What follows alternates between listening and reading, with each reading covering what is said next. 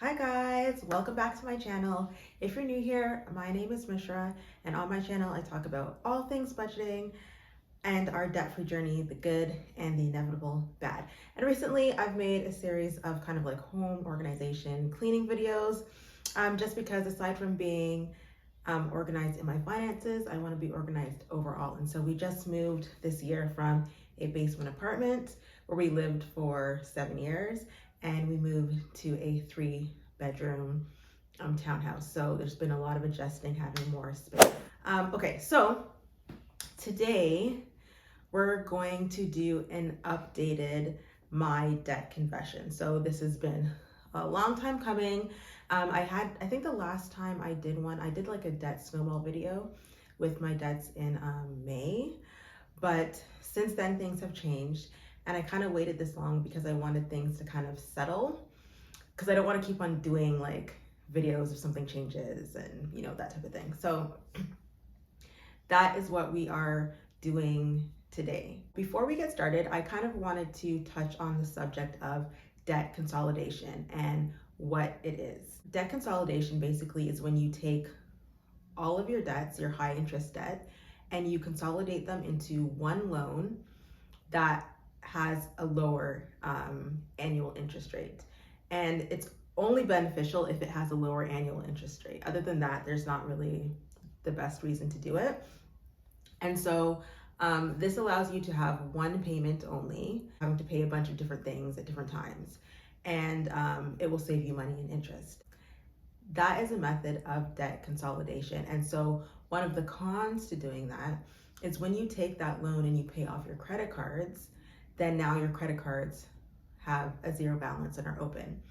So the most important thing, if deciding to do something like a debt consolidation loan, is really understanding, has your relationship or your mindset about money changed? Because if it hasn't, and your habits haven't changed, because we know that we can know all of the knowledge that we know about, debt and paying down debt, but if our actions aren't changing, then that knowledge just kind of goes out the window. It doesn't even matter. So what happens is, if you have no more debt on your credit cards, if your habits haven't changed, then you may accumulate more debt, and then now you'll have double the amount of debt, and you'll be in a worse situation than you started. So that is one type of debt consolidation. And you really have to analyze your different debts and what you want to include before you're doing something like that. So it's not necessarily right for everyone. It can be right for some people. And then there is another type of debt consolidation, which is what I've done. So if you saw in one of my previous, like my August monthly budget, you'll see a line that says like loan or consolidation or something like that, which is new. What I did debt consolidation, but instead of going to a bank and getting a loan and paying off my credit cards, I went to a company that helps you manage your debt. And so what they do is they consolidate your debt into one payment, but then they negotiate with your creditors to reduce the interest. So you still pay the principal amount, but then you reduce the interest, and it's paid over a certain amount of time, if that makes sense. So, but when you do this, you have to agree not to use your credit cards anymore. So essentially you're closing your credit cards, which can potentially negatively affect your credit score. So again, this is something that you really have to think about before you go into. Previous in the year, I was trying to increase my credit score because I knew that I wanted to move. And in order to rent somewhere, I needed my credit to be good. Right now, obviously I've moved, and I am more confident with doing this because I'm not relying on my credit score at this moment.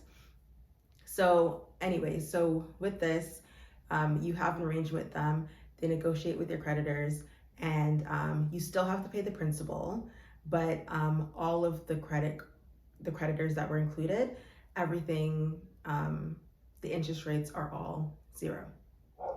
And so I pay a monthly amount, and I pay it to the company, and then they disperse it to the creditors. So the accounts are still there, I'm not paying them off like you would with a debt consolidation loan. There is a fee for the service, but the thing about the fee is that if I did nothing and I continued just to pay the minimum payments on my credit cards, the fee is less than the interest I would have paid in a year.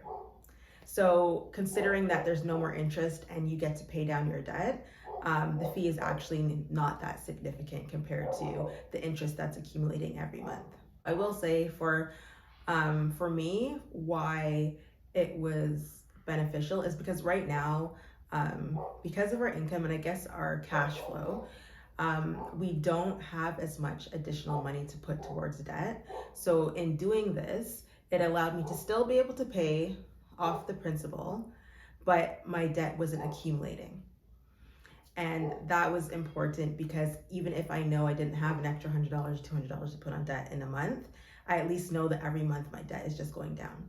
You'll see when I go through the actual debt numbers, I did keep 2 credit cards. So I kept one of my credit cards because the limit is just a low limit. It's $1,000, and I figure and the interest rate is low, so I can just pay that off when I have extra money. And then my other credit card that I kept, it has a higher balance, but the reason why I chose to keep it is because it's one of my credit cards with the longest standing history. And so credit history is a big chunk of your credit score. So I didn't want to cancel or close that card and destroy kind of like the credit history that I've built up over time. So you'll see that I still have those.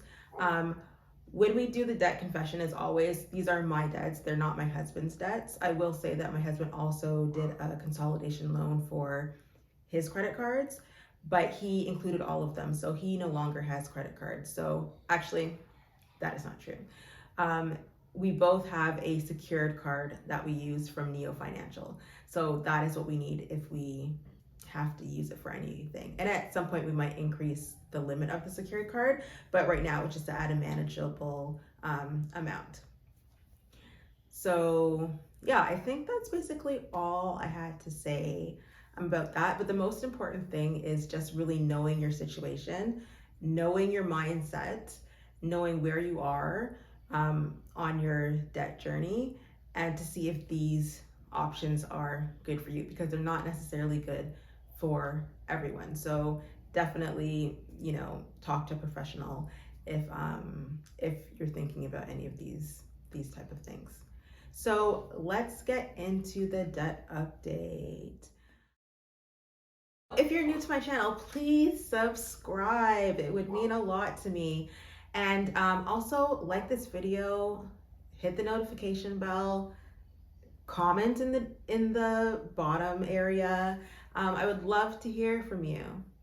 All right, so on to the video. So since the last time that I did my update, I've incurred some more debt. So there's been a lot of different things that have happened along the way.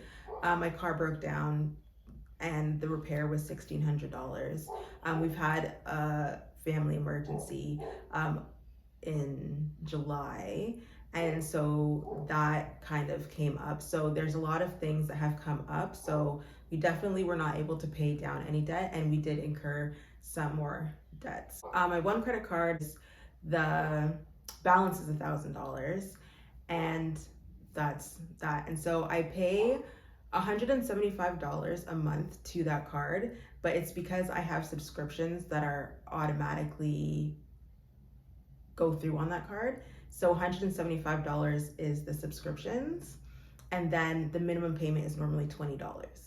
So it's around $200 that gets paid every month to that card. And so I have my second credit card, and the balance is $6,500. And so the minimum payment for that every month is around $170. So I try to pay at least $200 on the card so that it's still going down. And so this is the card that I was talking about that has my longest standing history on it. So I haven't closed it. So if I do have extra money, it would probably be going on to that card, because the other card that's $1,000. I think the interest rate is 8.9. It might have increased recently to 12%, but the interest rate on this one is 20%, 20 or 21. So because it still has a high interest rate, that's what I would pay down first. Next is the consolidation loan. And so the balance of the consolidation loan, when I first started, so I began this at the end of May, so basically June 1st. And so the balance was $32,513.45. And so since then, because I've been making the monthly payments, they were $728, but now they increased to $740 because everything was finalized with it recently. And so now the balance is $30,652.01, and that's as of September 1st. So that has gone down $1,861.44. And then so I have my car loan. So from June 1st, my car loan was $8,251.96, and the monthly payment is $540.36. I pay it bi-weekly, so the bi-weekly amount is $270.18. But that now, the balance as of September 1st is $6,043.89. So since June, that has gone down $2,208.07. My balance at the beginning of June 1st for all of my debts was $48,265.41. And then the current balance of my debts is $44,195.90. So from June until September 1st, so June, July, August, 3 months, my debt has gone down $4,069.51. So that is basically just making payments. So all of my debts minus my credit cards are just, they have an end date now, minus the credit cards. So even though I didn't have extra money to put on my debts, I was still able to pay down $4,069. So I think that's pretty good. And that's why I set it up like this, because I know that sometimes it would be hard to put down extra money. So I at least know every month that I'm making the payment to this company and they're paying down my creditors on my behalf. Okay, so that is my consumer debt. And so I will say that I do have another debt that recently came up, and that is tax debt. So aside from my 9-to-5 job, I do bookkeeping on the side and I do a bit of financial services. So because of that, I think I made maybe an extra $15,000 on top of my regular income for last year. Because of that, I owe on my taxes. So that is another debt that I owe. I'm not including it in the total of my consumer debt. That will have to get paid sometime soon. But yeah, just letting you know. So I do also have a short-term debt of my taxes. So yeah, that's basically it. And so I still have to do a September budget, and it's probably gonna end up just being kind of like a September budget / update because we're already basically halfway into September.